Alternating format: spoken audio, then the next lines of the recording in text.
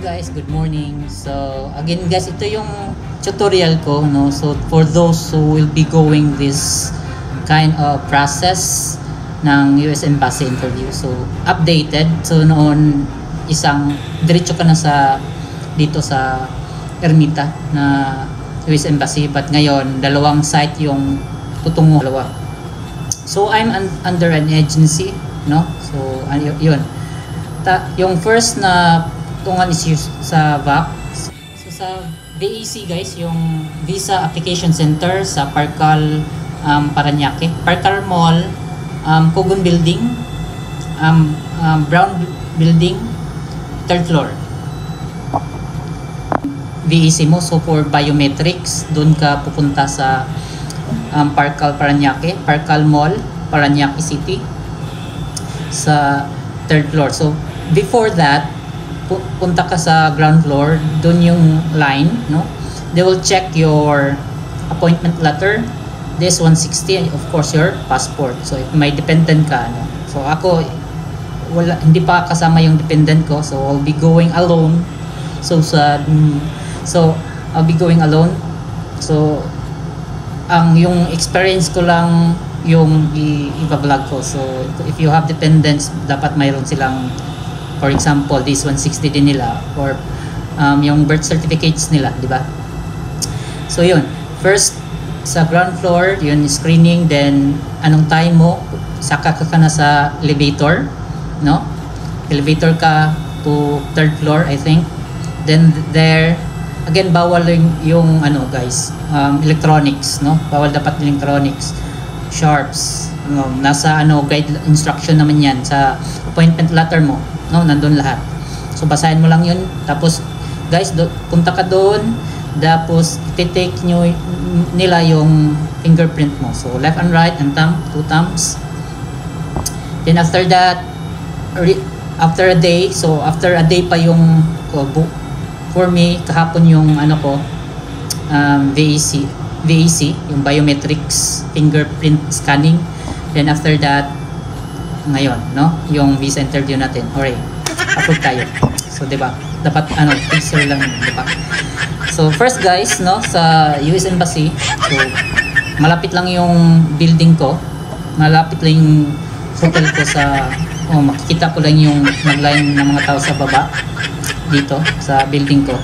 So pwede ka pumunta dyan guys, starting ng line mga 7. So parang before 8 ako pumunta doon, mga 7:15 to be exact, I think. So may linya na doon. So after that, pila ka. So may time yan, depende yan. So for us non-immigrant, 9 AM yung schedule namin. Then after that, check, they will check your passport, this 160, your I-129 or I-1797, and appointment letter. Sa gate pa lang yan guys, no? If you have dependents, then they have also those kind of documents with you, no? After that, guys, pinapasok na kami sa door, parang door 2, no? Sa door, no? I-scan nila, dapat again no liquids, no sharps, no, pwede magdala ng ballpen, no? Black ballpen. So for me guys, blue yung dinala ko. Buti na lang yung ko, hindi no, siya nung nag-fill up. So after that one guys, punta ka ng may line kasi din, no, marami sa klase-klase. May H2B, di ba?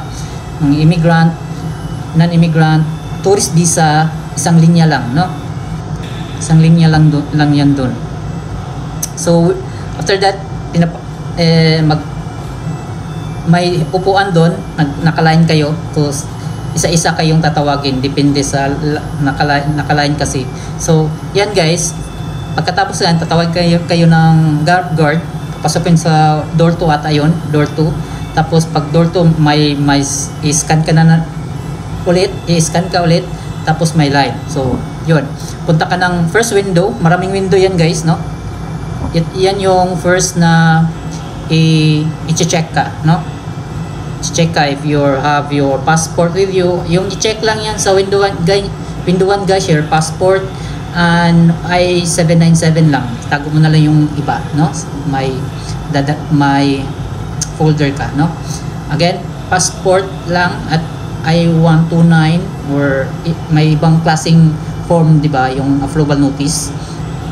For us, non-immigrant, no? So, to follow pa yung immigrant ko. So, I-797 or I-129. Tapos, bigyan ka ng pink slip, no? Yung pink slip, yan yung ibibigay mo sa cashier, no? After the consul, no? Bigay niya. So, after that, nakalinya ka guys. After guide, that linya ka naman dun sa next window, the actual interview. So, may line yan guys, no? Ma-feel mo yung vibes ng environment, di ba? Tense, yung iba.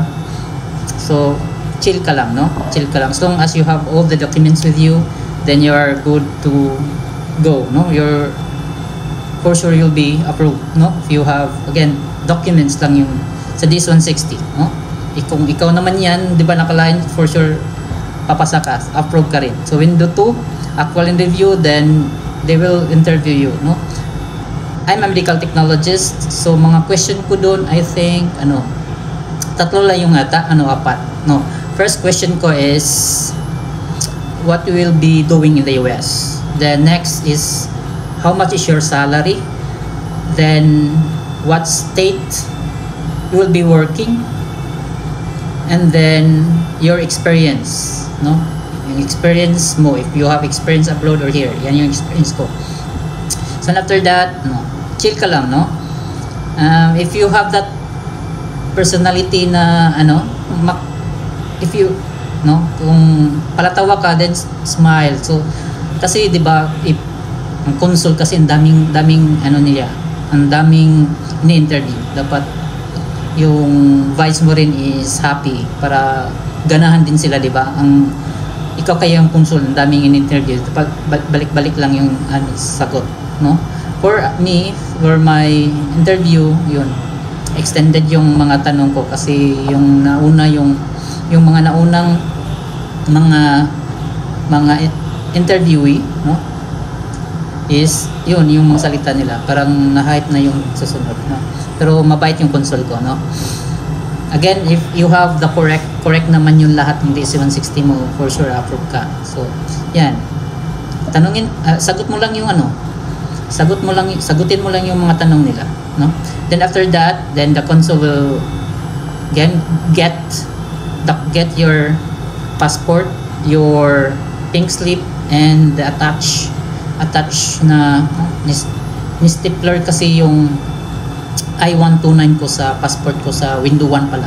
So ayun, pink slip, sabi pa ng consul na don't let this pink slip slip away from your passport. So dapat yun, di ba?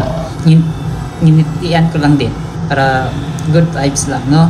Pag after that, pinapunta ka ng third floor, sa gitna, sa cashier, bigay ka ng ilan ba yung 459 US dollars, no? Sa amin, sa non-immigrant. So hindi ko alam sa iba, tourist or immigrant. And after that, bayad ka sa cashier sa second floor, so may elevator doon. Punta ka. But before that, no, exit ka muna, labas ka muna sa building noon, tapos balik ka. Then yun, sa elevator na, no? May elevator doon. Second floor, after that, second floor baba ka, then balik ka sa consul, no? Hindi ka na magla-line, cut mo, alam naman nila, no? Task kasi lang yan, cut mo, sabihan mo lang yung may guard doon or attendant doon, sabihan mo na pagtapos ka na mag-pay ng reciprocity fee for 459 US dollars, no? Mas maganda siguro guys na magpapalit ka na ng yung piso to dollar, kasi 'di ba yung value ng US dollars nag-i-increase every day yata yan, no? After that, bigay ka ng bigay mo yung pink slip tsaka yung passport, attach na naka-attach yung I-179 mo, Tapos sabihan ka ng consul, yung sabi lang ng consul sa akin is everything is approved. So yun, hooray. Then after that, 1 week daw, sasabihan ka ng consul na after 1 week mo makuha yung passport mo with the visa. So ayun, hintay tayo ng 1 week. So good luck sa inyo kung pupunta kayo for visa, no? Apply kayo ng US visa. So that's it guys, good luck, and sana ma-approve din yung mga visa nyo. Thank you so much. Bye bye.